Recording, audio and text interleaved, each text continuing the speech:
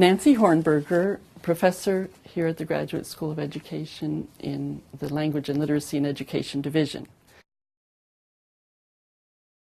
Bilingualism and biliteracy and indigenous language revitalization are, I guess, my core areas. I come at it as a sociolinguist and an anthropological linguist and an educator, and I'm interested in both the policy level and the classroom practice level and the community context.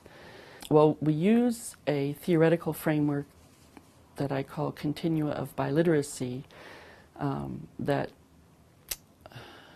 is about how learners who are bilingual or multilingual draw on all their language resources and their literacy resources as they become literate in school. And so how can schools work with that?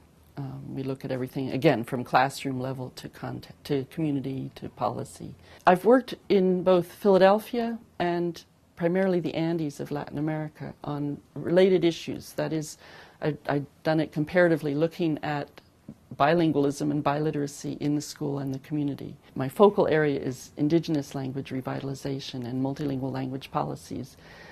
So places like New Zealand with the Maori population,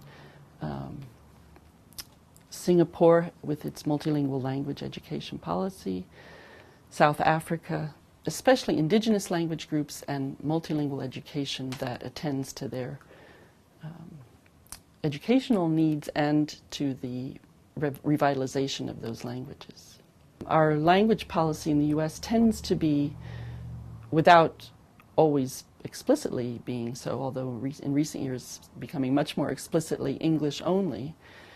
And the research that I do and that I'm familiar with has shown so consistently that that's not the best way. For me, the immediate relevance right here in Philadelphia is to work with the schools, work with other educational institutions in finding ways to provide multilingual education, which means providing different kinds of programs and strategies that enable the students to, as we say, draw on the linguistic resources that they bring with them to the classroom or to their learning.